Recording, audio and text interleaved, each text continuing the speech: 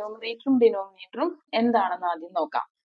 അപ്പോ നമ്മൾ ഈ ചാപ്റ്ററിൽ പഠിക്കുന്നത് ഫ്രാക്ഷൻസ് ആണ് അല്ലെ. ഫ്രാക്ഷൻസ് എങ്ങനെയാ എഴുതാറ്? 2/3 അല്ലെ. മുകളിലൊരു നമ്പർ ഉണ്ടാവും, ഒരു വരയുണ്ടാവും, താഴെ ഒരു നമ്പർ ഉണ്ടാവും. ഇതില് മുകളിലുള്ള നമ്പർ എന്ന് പറയുന്നതാണ് ന്യൂമറേറ്റർ.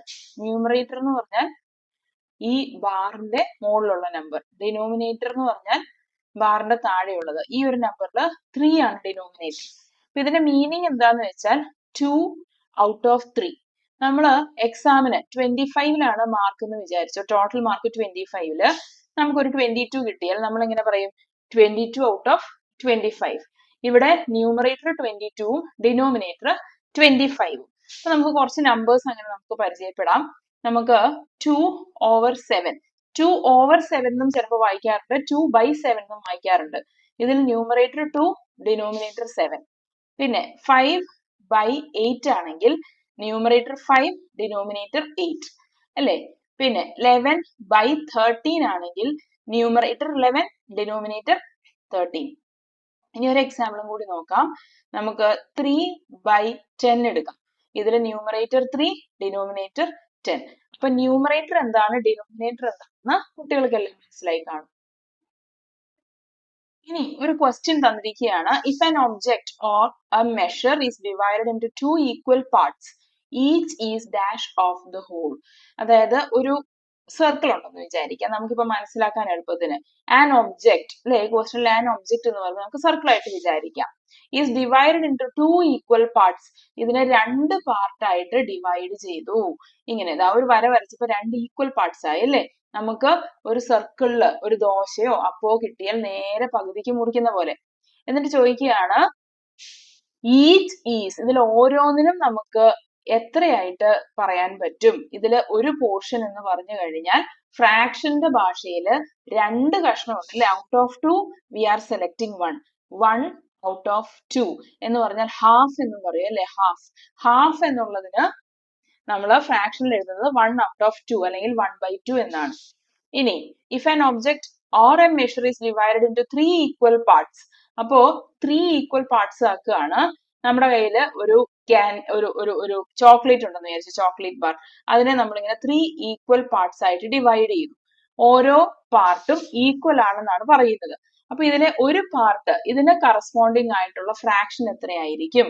ഇത് 1 ഔട്ട് ഓഫ് 3 അല്ലെങ്കിൽ 3 ചൂസ് ചെയ്തു. 1/3 ഓഫ് ദ ഹോൾ. ഹോൾ എന്ന് പറഞ്ഞാൽ മുഴുവനായിട്ടും അല്ലെ, മുഴുവൻ പാർട്ടിന്റെ അല്ലെങ്കിൽ മുഴുവൻ അംശത്തിന്റെ 1/3 ആണ് ഈ ഒരു പാർട്ട് എന്നാണ് മീനിങ്. ഇനി ഈ ക്വസ്റ്റ്യൻ നോക്കാം. Find the fractions specified below. The form of 1/2 with denominator 24. അപ്പൊ 1/2 ഉണ്ട്, അതിന്റെ ഡിനോമിനേറ്റർ എന്താക്കണം? 24 ആക്കണം. The form of 1/2 with denominator 24 എന്ന് പറഞ്ഞാൽ ഇങ്ങനെയാണ് ഇതിന്റെ ഒരു സെറ്റിംഗ്സ്. ഇനി 2 എങ്ങനെയാണ് 24 ആവുന്നത്? 2 into 12 ആണ് 24 അല്ലെ. അല്ലെങ്കിൽ 12ന്റെ ഡബിൾ ആണ് 24 എന്ന് നമുക്കറിയാം. അപ്പോൾ ഡിനോമിനേറ്ററിൽ ഇൻറ്റു 12 ചെയ്തിട്ടുണ്ടെങ്കിൽ ന്യൂമറേറ്ററിലും ഇൻറ്റു 12 ചെയ്യണം. അപ്പൊ 1 into 12, 12. അപ്പോ 1/2 വിത്ത് ഡിനോമിനേറ്റർ 24 എന്ന് പറയുന്നതിന്റെ ആൻസർ 12 ഔട്ട് ഓഫ് 24 ആണ്. ഇനി നമുക്ക് സെക്കൻഡ് പാർട്ട് നോക്കാം. സെക്കൻഡ് പാർട്ടില് form of 1/2 with denominator with numerator 24. Okay, sorry. Form of 1/2. അപ്പൊ 1/2 is equal to with numerator 24. Numerator എന്ന് പറഞ്ഞാൽ മുകളിലുള്ള നമ്പർ 24 ആകണം. ഇപ്പൊ ഈ 1 എങ്ങനെയാണ് 24 ആയത്? ഇൻറ്റു 24 ചെയ്തല്ലേ. 1 into 24, 24. അപ്പൊ താഴെയും അതായത് ഡിനോമിനേറ്ററിലും സെയിം ഓപ്പറേഷൻ നമ്മൾ ചെയ്യണം. 2 into 24, 48. 2 into 24, 48. അപ്പോൾ റിക്വയർഡ് നമ്പർ എന്ന് പറയുന്നത് 24 ഔട്ട് ഓഫ് 48. സെക്കൻഡ് പാർട്ടിന്റെ ആൻസർ 24 ഔട്ട് ഓഫ് 48 ആണ്. ഇനി തേർഡ് പാർട്ട് നോക്കാം. അവിടെ 1/3 ആണ് തന്നിരിക്കുന്നത് അല്ലെ. The form of 1/3 with denominator 24. അപ്പൊ 1/3 ഉണ്ട്, ഡിനോമിനേറ്റർ എന്ന് പറഞ്ഞാൽ താഴെയുള്ള നമ്പർ 24 ആകണം. അപ്പൊ നമ്മൾ ആലോചിക്കേണ്ടത് ഈ 3 എങ്ങനെയാണ് 24 ആകുന്നത്? 3 into 8 ചെയ്താൽ 24 കിട്ടുമല്ലോ. അപ്പൊ അതേ ഓപ്പറേഷൻ നമ്മുടെ ന്യൂമറേറ്ററിലും ചെയ്യണം. 1 into 8 8.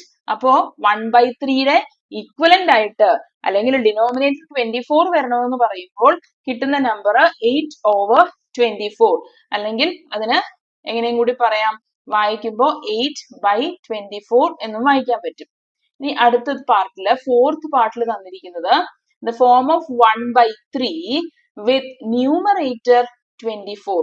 അതായത് ന്യൂമറേറ്റർ 24 ആവണം, ഡിനോമിനേറ്റർ എത്രയാണെന്ന് നമ്മൾ കണ്ടുപിടിക്കണം. അപ്പൊ 1 into 24 ചെയ്തപ്പോഴാണ് 24 കിട്ടിയത്.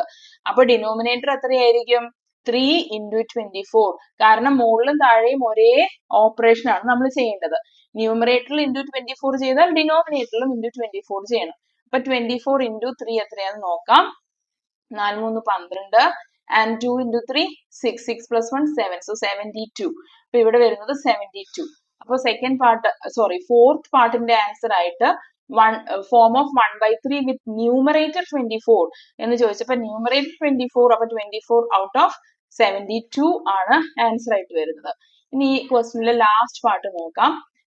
The form of 1/4 with numerator 100. Numerator എന്ന് പറഞ്ഞാൽ മുകളിലുള്ള നമ്പർ 100 ആകണം. അപ്പം എങ്ങനെയാ 1 എങ്ങനെയാ 100 ആയത്? 1 into 100 ചെയ്തപ്പോ 4 into 100 ആണ് നമ്മൾ ചെയ്യേണ്ടത് അല്ലെ. 4 into 100 എളുപ്പമല്ലേ, 400. അപ്പോ നമ്മുടെ ഫിഫ്ത് പാർട്ടിന്റെ ആൻസർ ആയിട്ട് 1/4ന് ന്യൂമറേറ്റർ 100 വരണമെന്ന് പറയുമ്പോൾ കിട്ടിയ നമ്പർ 100/400 ആണ്. ഇനി ഒരു ക്വസ്റ്റ്യനും കൂടി നമുക്ക് ഈ വീഡിയോയിൽ പഠിക്കാം. Right 3 different forms of 1/4. അപ്പൊ 1/4ന് 3 ഡിഫറെന്റ് ഫോംസ് എഴുതാനാണ് പറയുന്നത്. ഇപ്പൊ നമ്മൾ ചെയ്ത ക്വസ്റ്റ്യനില് നമ്മൾ എന്താ മനസ്സിലാക്കിയത്? ന്യൂമറേറ്ററിൽ നമ്മൾ ഏത് നമ്പർ കൊണ്ടാണോ മൾട്ടിപ്ലൈ ചെയ്യുന്നത് അതേ നമ്പർ കൊണ്ട് ഡിനോമിനേറ്റർ മൾട്ടിപ്ലൈ ചെയ്യണം അല്ലെ. ന്യൂമറേറ്ററിലും ഡിനോമിനേറ്ററിലും ഒരേ മൾട്ടിപ്പിൾ ആക്കുക. നമുക്ക് ഏറ്റവും എളുപ്പത്തിന് into 2 ചെയ്തേക്കാം. ന്യൂമറേറ്ററിലും into 2, ഡിനോമിനേറ്ററിലും into 2. അപ്പോ 1 into 2 2 വരും അല്ലെ. ന്യൂമറേറ്ററിൽ 4 into 2 8 എന്നും വരും. അപ്പൊ 2/8 ഒരു എന്താണ്? 2/8 എന്ന് പറയുന്നത് ശരിക്കും 1/4ന് ഈക്വലന്റ് ആണ്.